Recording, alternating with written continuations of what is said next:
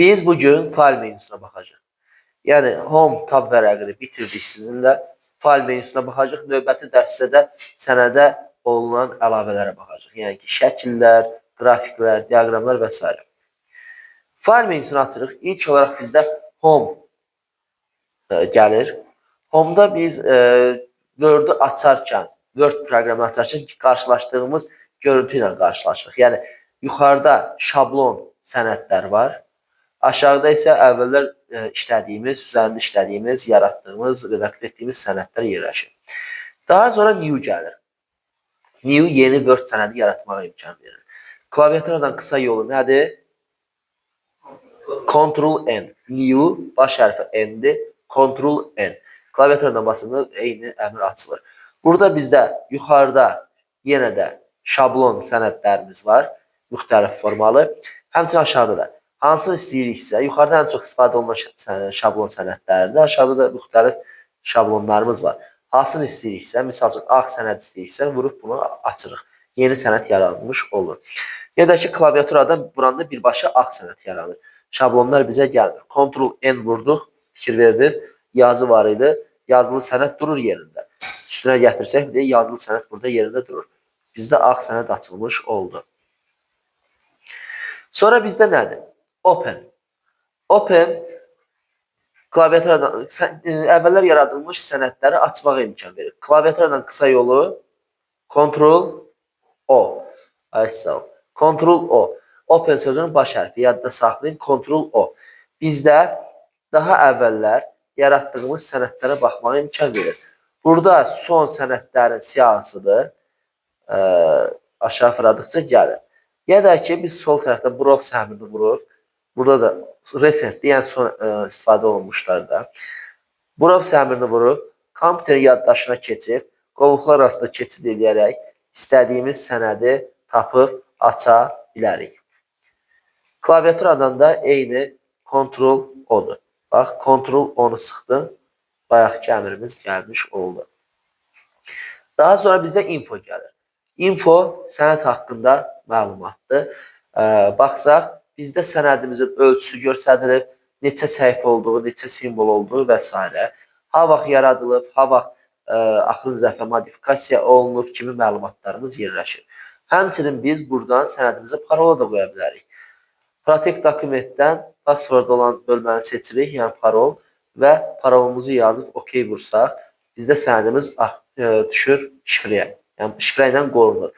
Və hər kimsə o şifrəni sənədi açmaq istəsə, şifrəni yazmasa, sənədin içindəkiləri görə bilmir. Sonra gəlirik biz Save bölməsinə. Save-in qısa yolu kompüterdə, klaviaturadan Ctrl-S. Ctrl-S. Save nə iş görür? Save, sənədə etdiyimiz dəyişiklikləri yaddaşda saxlanılan sənədin üzərinə əlavə edir. Yəni, mən burada hər hansısa bir yazı yazdım, sənədin hansısa bir hissəsini dəyişdirdim, Ctrl-S düyməsini vuraramsa və yaxud da burada da uyğun düymə var, yuxarı tərəfdə FTD, floppy disk şəklində, ya da ki, fayl menüsünə save vuraramsa, bizdə həmin yaddaşda saxladığım sənədin üzərinə etdiyim dəyişikliklər yazılır, əlavə olunur. Aydındır bu? Bunu bu şəkildə yaddaşda saxlayın. Yəni, yadda saxlamaqdır. Save və yaxud da Ctrl-S düyməsi bizdə yadda saxlamaqdır. Sadəcə, qabaqda indi mən save as deyəndə bilərsiniz nəyə görə. Bunu belə izah edirəm ki, etdiyimiz dəyişiklikləri, bir daha təkrar edirəm, etdiyimiz dəyişiklikləri sənədimizə əlavə edir. Aydındır? Gəlirik Save as düyməsinə. Save as düyməsi bizdə fərqli saxla, yadda saxla. Save yadda saxla, save as fərqli yadda saxla.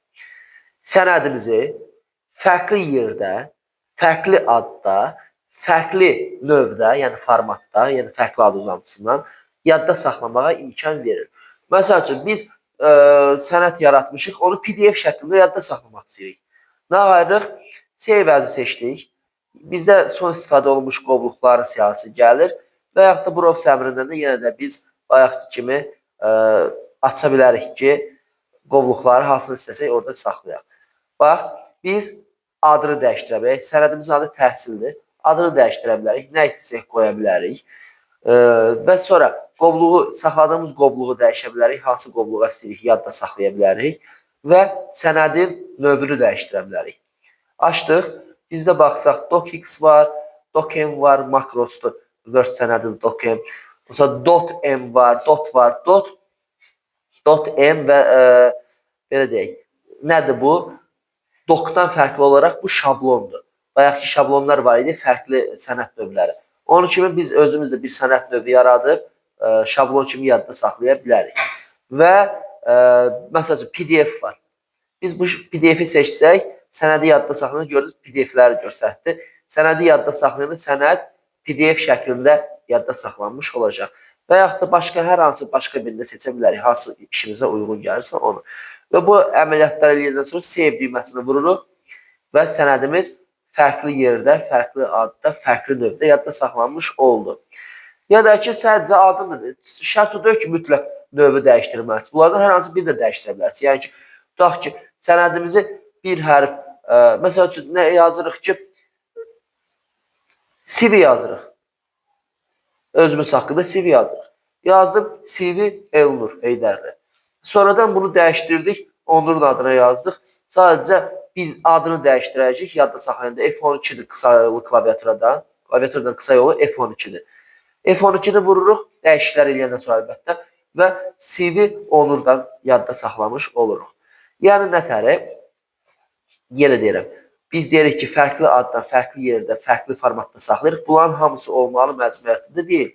Sadəcə fərqli yerdə saxlaya bilərsiniz. Eyni ad, eyni formatda və yaxud da eyni yerdə sadəcə fərqli addan, eyni formatdan yadda saxlaya bilərsiniz. İndi burada belə bir nüans var. Mən dedim ki, save düyməsi etdiyimiz dəyişiklikləri sənədə əlavə edir. Əgər sənəd yenidirsə, məsəl üçün, mən yeni bir sənəd yaratdım, Ctrl-N-dən. Bura hansısa bir yazılar yazdım. Bunu yadda saxlamaq istəyirəm. Ctrl-S idi də düymə, düzdür? Ctrl-S-i vuranda bizdə hansı menyu açıldı? Save as açıldı. Laf, gəlirəm, file menyusundan, bax, gəldim. Save-i vurdum, amma save əmri yox, aktiv olan hansı oldu? Save as. Yadda saxlayın. Yeni yaradılmış sənəd, yəni yadda saxlanmamış, yeni yaradılmış sənəddə hansı əmri icra etmək olmur? Save əmri. Yadda saxlamaq əmrini icra etmək olmur. Bu suallarda düşür. Hansı sənəddə düşür ki, məsələn, aşağıdakı əmrlərdən hansını yeni sənəddə icra eləmək olmaz, tətbiq eləmək olmaz. Hansı? Save əmri. Aydındır? Çünki dediyim kimi, save etdiyimiz dəyişiklikləri sənədin üzərinə yazır. Bizdə də yeni sənəddirsə, yadda saxlamış hansısa sənəd varmı? Yoxdur. Üzərinə yaza bilmir. Ona görə də bizdə birbaşa save as əmrini açır. Aydındır? Yeni sənəddə ancaq və ancaq save as işlənir. Save işlənmir. Aydındır bu? Sonra gəldik. Bura qədər sual var. Gəldik biz printə. Print klaviaturadan qısa yolu nədir? Ctrl-P. Ctrl-P-ni vururuq və yaxud da file menyusundan uyğun əmri seçirik. Print. Bizdə belə bir görüntü açılır. Burada nə var?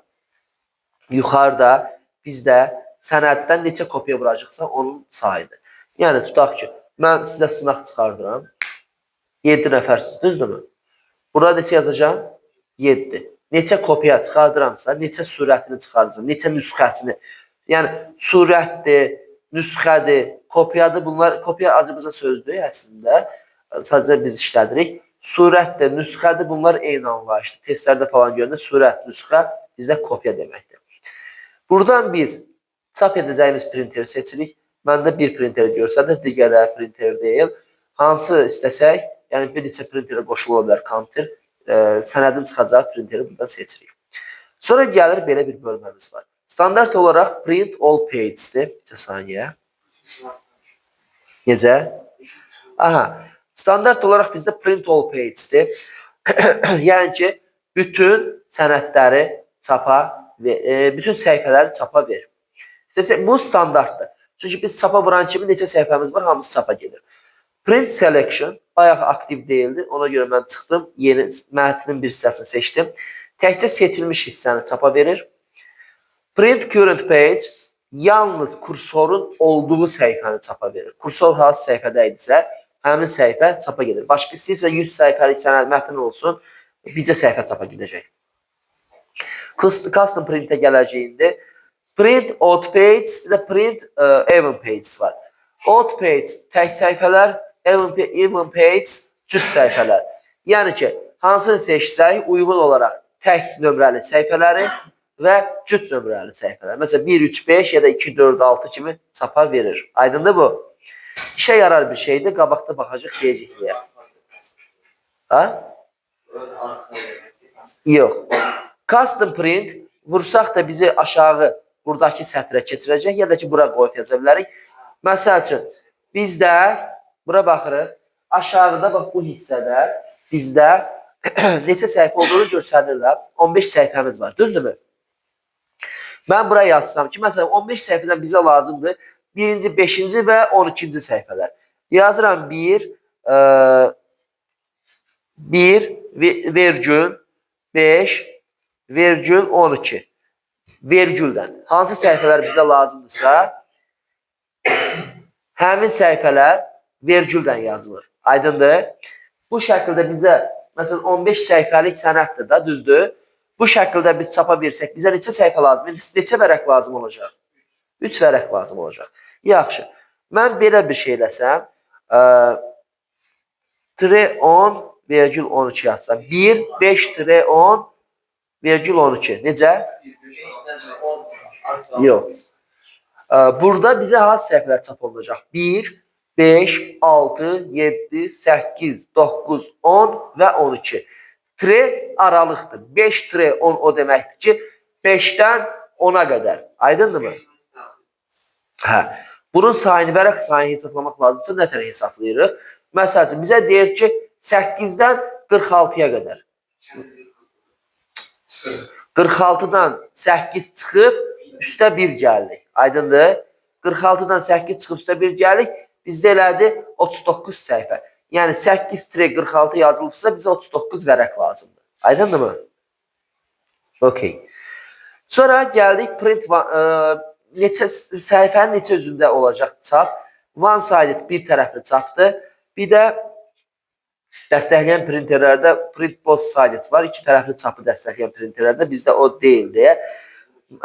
Biz əl ilə iki tərəfli çapı seçə bilərik. Bu zaman bayaqki o print odd page, even page var idi.